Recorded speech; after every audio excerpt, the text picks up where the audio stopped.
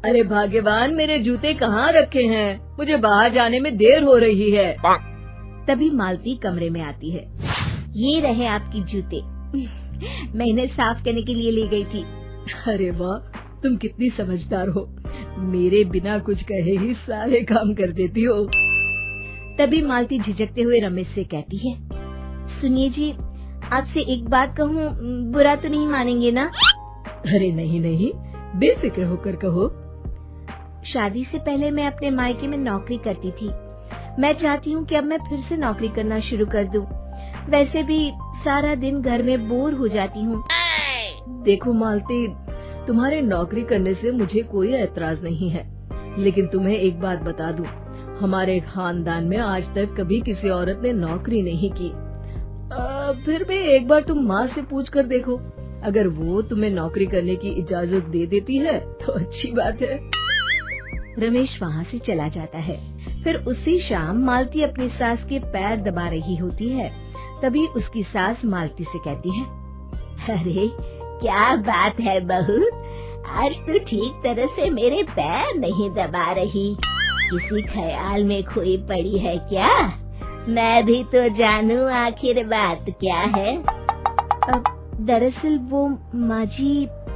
अरे हाँ हाँ बोलो, इतना सोच क्यों रही हो? माँ जी, अगर आप बुरा न माने तो मैं नौकरी करना चाहती हूँ। घर के काम करने के बाद मेरे पास काफी वक्त बच जाता है।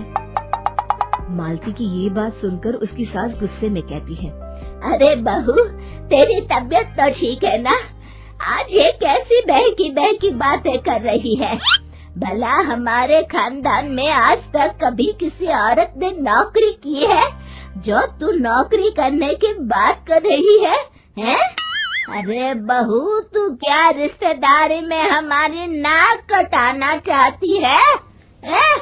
जितना जल्दी हो सके अपने दिमाग से नौकरी का भूत उतार दे। और अब जा, जल्दी से रसोई में जा, खाना बनाने का वक्त हो रहा है।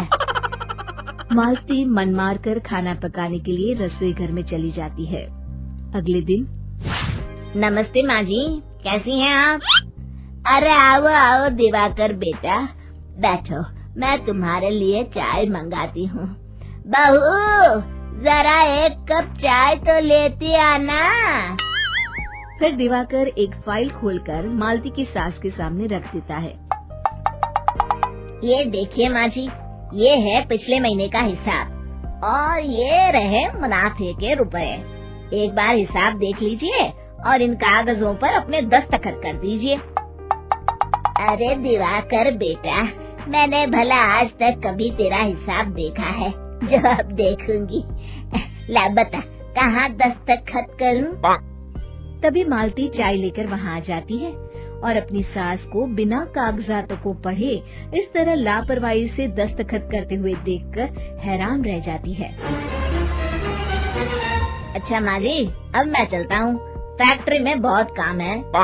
फिर दिवाकर वहाँ से चला जाता है। कुछ दिनों बाद मालती बाजार में कुछ सामान खरीद रही होती है।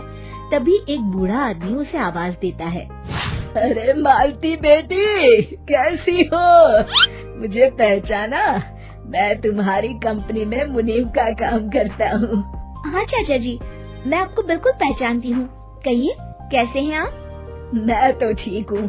कंपनी में कुछ भी ठीक नहीं चल रहा, यहाँ तक कि हमें ठीक वक्त पर तनख्वाह भी नहीं मिलती।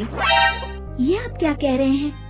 अब क्या बताऊँ, आप लोग तो कभी हिसाब किताब देखने दफ्तर आते नहीं। मेरी मानो तो एक बार आप लोग दफ्तर आकर सारा हिसाब किताब देख लो, आपको असलियत पता चल जाएगी। अच्छा बेटी, अब मैं चलता हूँ, देर हो रही है। फिर वो बूढ़ा वहाँ से चला जाता है। वहीं दूसरी तरफ मालती घर पहुंचकर अपनी सास को सारी बात बताती है। तभी वहाँ रमेश भी आ जाता है, लेकिन मालती की सास मालती की किसी भी बात पर विश्वास नहीं करती। तभी रमेश कहता है, अरे माँ, बिना आग के कभी धुआं नहीं उठता। जब मालती इतना कह रही है तो हमें एक बार दफ्तर चलकर देख लेना चाहिए। वैसे भी हम लोग काफी दिन से अपने दफ्तर नहीं गए हैं। इस तरह किसी एक आदमी के भरोसे काम छोड़ना मुझे भी ठीक नहीं लगता। अगले दिन वे सभी अपने दफ्तर पहुंचते हैं और सीधे दिवाकर के कैबिन में जाते हैं। अचानक सबको एक साथ देखकर दिवाकर चौंक जाता है।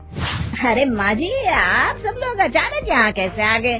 अगर कुछ काम था तो मुझे एक फोन कर दिया होता, मैं आपके घर आ जाता। तभी मालती की सास कहती है, अरे दिवाकर बेटा, आज मैं हिसाब देखने दफ्तर आई हूँ, जरा मुझे पिछले 6 महीनों का हिसाब दिखाना तो बेटा। दिवाकर घबराते हुए हिसाब की फाइल मालती की सास को देता है। मालती की सास फाइल लेकर मालती को देती है और कहती है, ले बहू, देख ले हिसाब। मालती फाइल को बड़े गौर से देखती है और अगले ही पल उसे सारी गड़बड़ी समझ में आ जाती है। वो अपनी सास से कहती है, माँ जी, मुनीम चाचा बिल्कुल सही कह रहे थे। हमारी कंपनी में पिछले 6 महीनों में जितना मुनाफा हुआ है, हमें उसका आधा पैसा भी नहीं मिला। यूँ समझ लीजिए कि 1 रुपये में सिर्फ चवन्नी ही हमारे हाथों में आई है। मालती की बातें सुनकर मालती की सास गुस्से से दिवाकर को पूछती है, क्यों दिवाकर, मेरी बहू जो कह रही है वो सच है? दिवाकर समझ जाता है आज उसका भांडा फूट चुका है।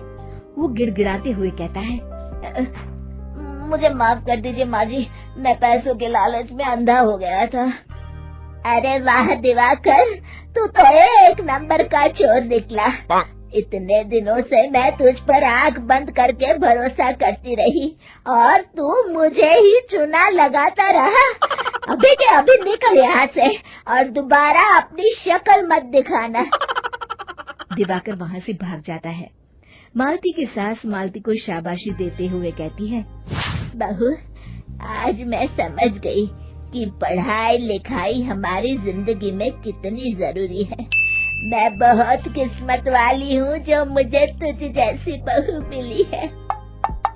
शिक्षा, पढ़ाई लिखाई का इस्तेमाल सही जगह करके हम दुनिया में बहुत कुछ बदल सकते हैं।